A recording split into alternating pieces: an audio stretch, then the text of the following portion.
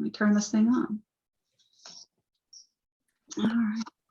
Well, welcome everybody. This is our first meeting of 2022, and I'm happy to see everybody here tonight, whether you're here live with us or you're watching this later. Had a little delay coming into January, so excited to be back together again. Looking forward to getting some things going. I'm going to start off with our Pledge of Allegiance, if I can get my screen shared properly, because, you know, I'd hate for one of us to not know the words.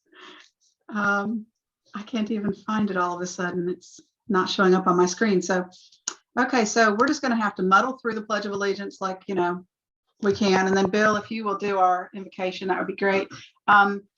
Y'all can recite with me or after me or however works for you, but I'll start it off. So I pledge allegiance to the flag of the United States and to the republic for which it stands, one nation, under God, indivisible, with liberty and justice for all. Oh, the things we find entertaining. Oh, Bill, if you would share with us, please. oh, Father, thank you for the privilege to come together tonight and just assemble in the name of Jesus and know that you are pleased with us for your Son. And you made us the way you did, and you give us joy and laughter in the midst of all the things that go on around us. So thank you for being able to laugh at each other and ourselves tonight. Open our hearts and minds so that we might have a desire, a greater desire, an awareness, an ability to be about your business, serving others, and just being a blessing to them where we find them. I ask you, Lord, to bless Rick as he gives us the presentation tonight. I thank you for all these things in Jesus' name. Amen.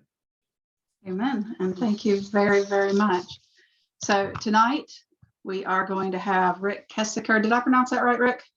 Yes, you did. I'm very impressed, Carla. That's a tough one.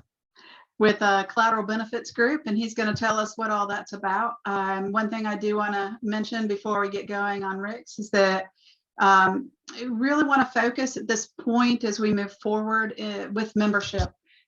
Please reach out to somebody over the next couple of weeks. See if you can bring somebody along with you for the February 8th meeting, which I believe is going to be pretty exciting. It'll be with Colonel Chris Ritchie. He works with the Alabama War College, and he has a leadership series that he presents. So he's going to have a couple of his guys come and speak with us, and I think it'll be a great presentation. And I would love to introduce our club to more people. Let's see if we can get this thing growing and spreading. The district is fully behind us on this. I've attended several things, including the mid-year conference that just occurred here in Dothan. It was a great event. The district conference or the regional conference will be held in Chattanooga in March. And if anybody would like information on that, let me know. But again, I think it's going to be a great leadership conference for that time period. But please reach out to people. We can't do what we want to do, which is to help our communities, to help people throughout this globe, because that's kind of the goal for our club, not just to stay here locally, but to reach out everywhere and bring people into the fold. I know there are people out there who are interested in the format, and we just need to be advocates. So I'm asking each of you to please make contact with somebody, see if you can bring them along for the next meeting. Feel free to message me, and I'm happy to get on a call with anybody or email or anything else and talk to them about what we hope to do, what we're doing already, and about our group, which is a pretty awesome little group. So I'm going to share my screen, or actually I'm going to share my ownership of it, and let Rick take over and tell us a little bit about himself and show us his presentation. So Rick, take it away. It's all you. Thank you, Carla. Let me pull this up. As you'd mentioned, I do work for Collateral Benefits Group and Collateral Educator Services, where we offer full employee benefit packages. But tonight, Bill had asked me to share something that's really close to my heart, and that's a ministry called Two Feathers Ministries, which my wife and I started, and just kind of wanted to tell you a little bit about that, as it focuses on Native American youth. And back in 2007, Deborah and I led a mission trip from our church to the Yakima Indian Reservation in Washington State. And as we started to develop relationships with this people group, we really don't have any background in our families that we're aware of Native Americans. But as we developed these relationships, we really started to dive into the history of Native Americans and really became overwhelmed on how they've been treated. I would encourage you, if you have any interest in history at all, to read Bury My Heart at Wounded Knee by D. Brown, D-E-E Brown. Really gives a pretty good overview of what transpired to the Native American group over time. You know, the genocide of Native Americans was pretty horrific. If you look back in 1600, there were over 12 million Native Americans. By 1900, there was just barely over 200,000. You know, their immune systems cannot ward off the new diseases that were brought over from the settlers from Europe. They were forced into assimilation, while others were annihilated and herded off to reservations. In 1869, President Grant turned the responsibilities for Indian agencies over to the American churches and missionaries. But by the turn of the century, government boarding schools were initiated, and the motivation of the church was really to eradicate the Native culture and Americanize the Native Americans in the name of Christianity. So there was a lot of atrocities that had transpired over the years. And, you know, the need is great. There's many American tribes residing in the United States right now that remain trapped in despair, even decades after past attempts of government assimilation, and really a forgotten people group. And they're concentrated in areas with limited access to natural educational resources, leaving them jobless and mostly poverty stricken. Most of the reservations we've been in is definitely a poverty culture. And as you can see from some of the statistics, they really suffer from higher rates of disease, substance abuse, suicide, violence, and have an extremely high death rate as a people group. The suicide rate is something that really struck out to us. The Yakima youth at one time had a 7 times higher national suicide rate than the national average. And a lot of that basically is due to that they just don't see any hope. And let's see here. So kind of our vision with Two Feathers, in 2010, it was really placed on our hearts to form a 501(c), and that's when Two Feathers Ministries came about. And our vision was to see people from the First Nation tribes really recognize their spiritual gifts and help them develop into leaders who would bring other tribal members to knowing and worshiping our Lord. And in that, our model really was based on, we quickly found out really to make a difference that we really needed to focus on the youth and help, you know, give them hope. And our model was about encouraging, equipping, and empowering. Just to touch briefly, the encouraging was really building personal relationships. And Native Americans as a people group are really pretty guarded to some extent. It took a number of years for us to start developing really close relationships. Just from what had transpired in the past, there wasn't a lot of trust there. They weren't really sure, you know, what our goal and objective was. But as we started to develop these relationships, we really found that we could have an impact on individuals that could have an impact in their community. And equipping, we did a lot of personal life mentoring and character development. We'd bring a group of teens to our house every year that we identified on the reservation, pour into them. We'd have a lot of fun, but a lot of serious Bible study, planning, just really trying to give them some life skills because they really didn't get that. Most of the Native Americans were in Native schools, and they just really weren't exposed to the life skills that were going to allow them to be successful later in life. And of course, empowering them, trying to develop a personal plan for their life, helping them outline, roles, and identifying their skills and talents so they could be successful in life. And talk about our impact. We do a couple different things. We work with Native American tribes in Yakima, Washington, in the Navajo, in New Mexico, and then the Choctaw here in Choctaw, Mississippi, or Philadelphia, Mississippi. And two of the things that we do that came out of the ministry is that we do backpacks for Christmas. So we distribute backpacks and ask local churches, local organizations to fill them with unwrapped new Christmas gifts. And then we collect those and we send those out to the 3 different groups that we work with. We always usually work with an indigenous church. So there's that center there when we're not there, but that they can be distributed to those in need. In most cases, that's usually all a child is going to get. The drug abuse and physical abuse on the reservation, most of the kids bounce around. There's not a really cohesive family unit. They live with relatives. They're very transient. So being able to provide Christmas gifts was a way that we could, help plug them in to the local church. And we also do Vacation Bible School at the various reservations each year. And through that, we're able to, identify potential leaders that we can really pour into that can maybe come back and pour into their community. And so we do the Bible schools, and then, we feed over 500 kids each summer, and then training leaders to train leaders is what it's all about.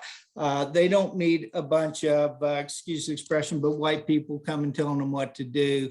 They need to have an impact on their own culture. And we've seen the youth that we've raised up that have come back to work with the youth on the other reservations has been very successful. The last 4 years, we've brought youth that we started working with back in 2007 in Yakima, who are young adults now, to work in the Vacation Bible Schools in Choctaw, Mississippi. And it's had a tremendous impact when they see other Native Americans pouring in to them.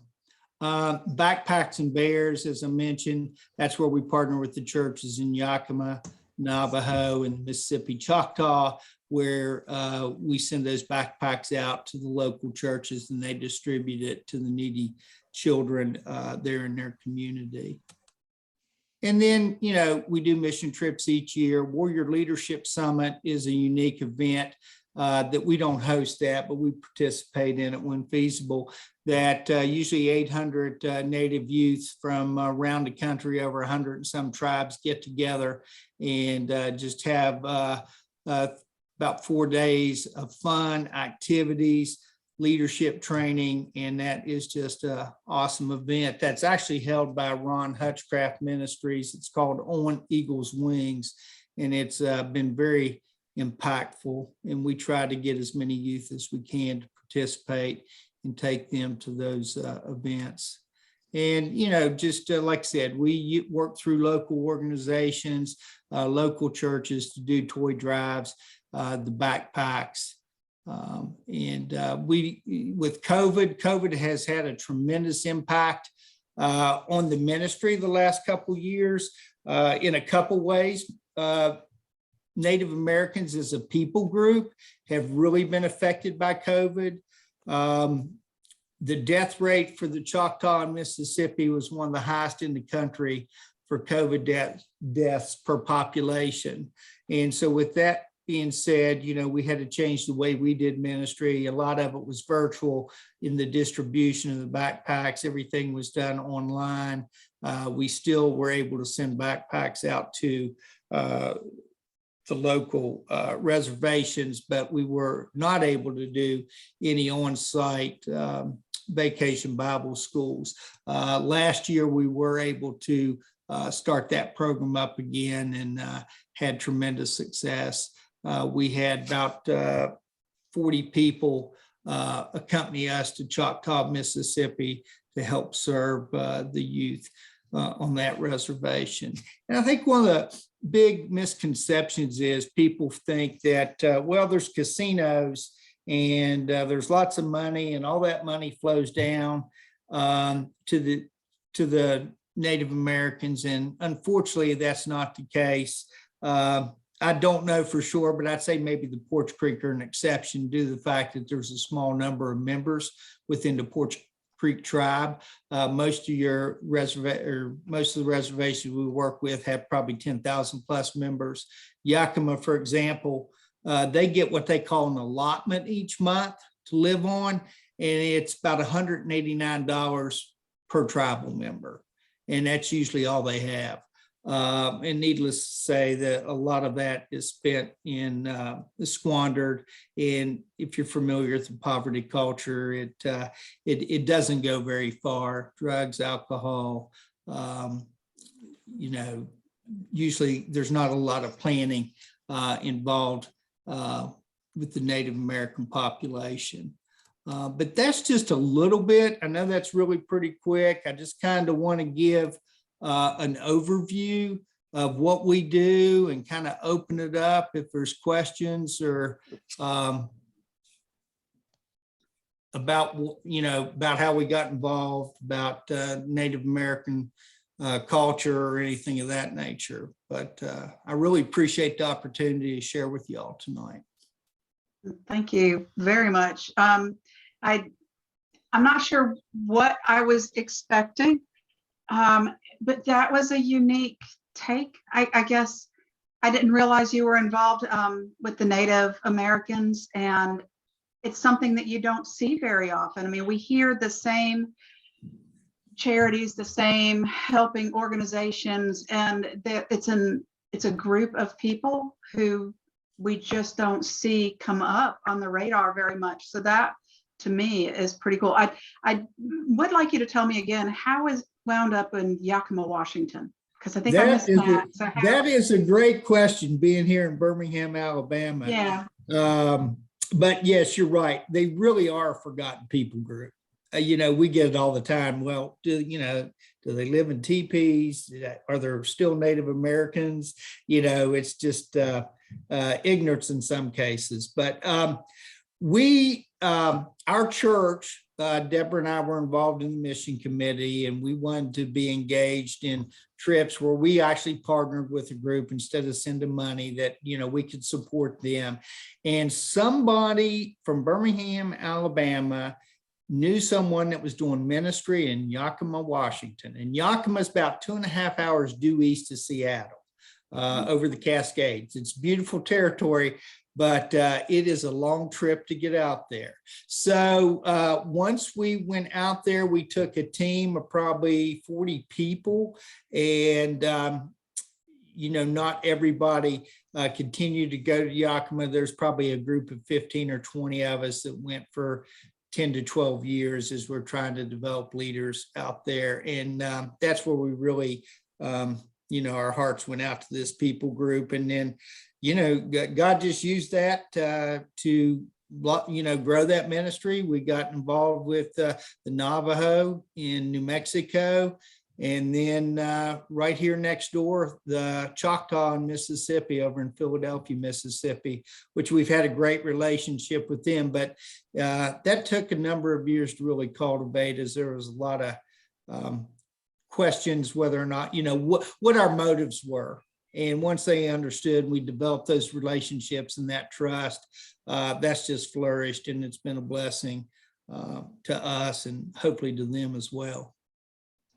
That's awesome. I would like to let some of the other folks ask some questions too, and not be the only one talking. But I have one other question. You said you've been doing this for 10 or 12 years at least. Do you have some success stories for some who were children when you started and they're adults now, and what they're doing with what you've done? Yeah, absolutely. I think anytime you pour into people, you have high expectations, and needless to say, some have fallen away. Some have fallen into addiction, but we have probably, of all the youth that we've poured into, and there's about 10 of them that we've really become close to, try to develop. They've all graduated high school, which is a huge part. One of them is actually pastor in McKinley Indian Mission out in Yakima, Washington. One of them teaches in the local native school in Yakima. And then Choctaw, we've only been doing it for probably 4 or 5 years. So the kids there are still fairly young, even though we're trying to pour into them, but they're not in their teens or 20s yet. So yes, we have had some success stories, and a couple others have gone on to be productive and married, have family, and it's just, it's amazing how God works sometimes. Awesome. Karen, I saw you jump off mute there. Yeah, I wanted to ask, what is the state of the culture and traditions among these tribes that you're visiting with? Are they maintaining their traditions, and to what extent are some of those starting to fall away? What are you seeing there? Yeah, that's a great question, Karen, and it varies. In Yakima, it has definitely fallen away. There has been a big push going back to trying to establish your native culture. But what we've seen in Yakima, even in the tribal schools, they teach their language and things. Very few of the youth can speak it or even identify words. And so the traditions have really kind of gotten lost in the Yakima culture. A lot of youth, there's things that they will do, but they don't have any knowledge of why they're doing them, such as their funerals and weddings and things of that nature.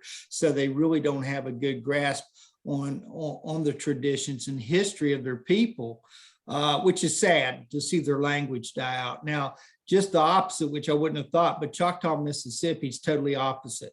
They teach Choctaw in all their schools. When we go over there, they give their sermons in Choctaw. Almost all the children can speak English and Choctaw, and they do a very good job of establishing and maintaining their culture.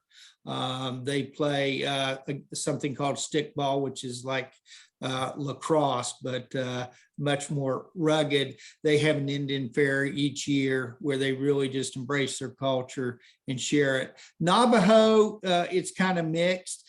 Some of the reservations are more spread out than others, and if you don't have that central population group, you'll see some of their culture get lost. We have seen over the years, though, their native religion has made a big comeback in some cases on some of the native tribes,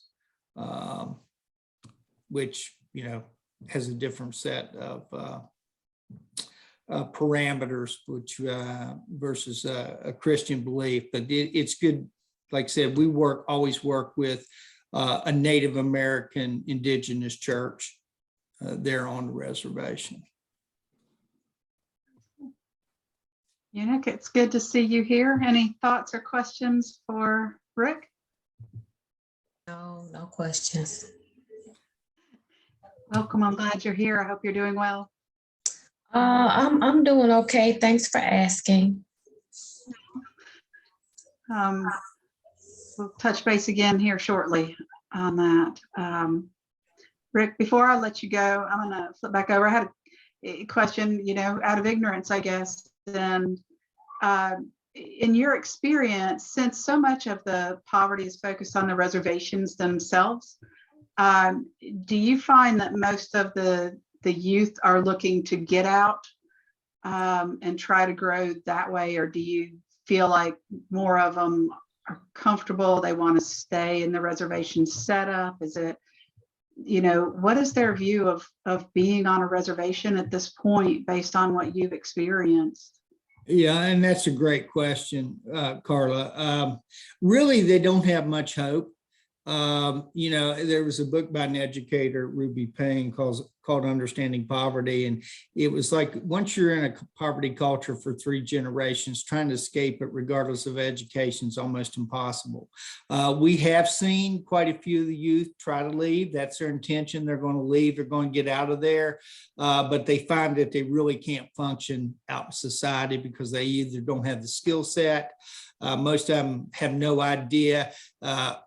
You know, a bank account is a foreign concept to them, writing a check, anything of that nature. So really for them, I mean, there's a few that have, but the ones that do leave, we see that the majority of the time they do come back to the reservation just because their chance of success outside is minimal because they don't have those skills necessary to survive. A lot of you know, unemployment, but we've had some success stories where, you know, they have good jobs and go on to be, you know, great contributors to the reservation and society.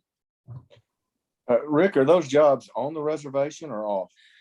That's both. So, you know, the reservations are sovereign nations. So a lot of the money from the casinos and things and are ran by the Indian Bureau of Affairs kind of oversees the reservations. So them being a sovereign nation, they take a lot of money and try to create jobs on the reservation. Yakima, they're into forestry and the natural resources. You know, they do have a casino. So they create a tremendous amount of jobs, but you know, they're not all filled and they're not all profitable ventures. Over in Choctaw, the majority of the Choctaw natives do have to work. The tribe does have some jobs that they've provided for, you know, for their tribal members, but most of them work, you know, within outside the community or within the tribal government. You had listed a few things in there, things that people could do with the toy donations or running a toy drive, and some of the other. What is the most successful for a group like us that's kind of far flung? You know, we're Auburn and Montgomery and Dothan and it was down in the Fairhope area. We're kind of spread out. Sure. What would a group like ours be able to do to assist your group, your organization? Well, thank you for asking. Probably the easiest and most needed would be some type of online toy drive. If you go to our website, we have an Amazon list on there based on age and sex. So we distribute backpacks from infants up to age 15, both boys and girls, and there's like 2-year age gaps there. And then we have a list of suggested items. Doesn't mean you have to follow that. It's just trying to give guidance. But, if y'all were led to do something individually or as a group, that would probably be the most productive, I think, where, you could do it without having to get together. And everybody, I think, probably uses Amazon now. Yeah, they know my house pretty well. And you had also, there was the reference to this leadership summit that's in July. Where is that held, and is that open, or is it something that's solely for your group, their groups? What is that? It's solely for Native Americans. I mean, we go because we work with Native Americans. So there's no cost to the individuals that can attend if they can get there. It used to be in Missouri and they've moved it up to Illinois now, and they're building their own place. So, they bring the youth in from all over the country and really just love on them and let them have fun, a lot of sports, a lot of great speakers, a lot of great music, and really just pour into them. And the unique thing about that ministry, when it's over, they select anywhere from 30 or 40 of the individual attendees, and they get on a bus and visit 10 reservations throughout the country. And each year it's 10 different ones where they go and then just share, how Christ has impacted their lives. Nice way to spread the word. That's pretty cool. I like that. Yeah, when it's native on native, it's much better received. Absolutely. Definitely. Any questions or comments? Anybody else in our group out there have any questions or comments for Rick? Well, Rick, that was awesome. Thank you for the education. Again, that was to me a little surprising in such a good way, because it's just not something we think about. And I've got, I think most of us, if you start digging around, have some native heritage out there. Right. But we don't really teach a whole lot in our schools, and we don't talk about it a whole lot. So this has been great. And Yeah, I appreciate well, you taking your time. I appreciate the opportunity to share something and we're passionate about. And like I said, if you are a student of history, reading Bury My Heart at Wounded Knee is a pretty good read. But thanks again for having me. And Bill, hopefully I didn't embarrass you too bad. So you all have a great evening, and thanks again for your time. Thank you Thanks for so not much. putting me to sleep. And you're welcome to hang out for a minute as we finalize things here. You're welcome to jump off if you have other things to do, and either way works for me and our group. And thank you again. So we're off a little bit early. Does anybody have any thoughts about, as we move forward, any projects that we'd like to investigate, any thoughts about membership and how we move that forward, or just thoughts about each other? Munich, how's your how are your family, your mother and others? My mom is doing much better now. She's gone back to her house. Good. But of course, I got her home, and then my dad got COVID, but now he's better. Good. And I got a little heart condition, so I'm going to the cardiologist tomorrow because I think it's all just stressed me out. Look, with as much as you got on your plate, I imagine that's probably with work and everything too. Well, I hope that turns out to be minor, very minor. So definitely prayers for you on that. Thank you. So Karen and Bill and Larry, anybody have any other thoughts or comments as we close out our first 2022 meeting? Everybody's quiet tonight. Well, I failed one. Oh, good. Karen, yes. What was that? I just said all is good. All is good. I'm glad all is good. I failed a minute ago to find my flag, and so I'm not sure I can. Let's see if I can find my 4-way test, and we will go through that if I can make it share for those who have not memorized it. Let's see if I can. It's just going to be difficult. Try this one more time. All right, well, we're probably just going to recite it and recognize that some of us know it. That The works. rest of us will learn it. How's that? So, of the things we think, say, and do, is it first the truth? Is Is it fair to Fair to all? all all concerned? concerned? Will it Will it build goodwill, better friendships? better friendships, Will it be beneficial to all to all concerned? concerned? Thank you all very much. I'm very glad to see you tonight, and look forward to our meeting on the 8th. Bring a friend, and please try to be on live. We'd love to have more smiling faces, and we're excited. So I hope everybody stays healthy. Karen, tell Chris that we're thinking of him and his wife when you talk to him. I definitely will do that. Looking forward, hoping he can still join us another time. Hopefully. And Munich, definitely you take care of yourself, and hopefully all will be well with the cardiologist. Bill, thank you for reaching out to Rick and getting him here for us. And Rick, thank you very much for being with us.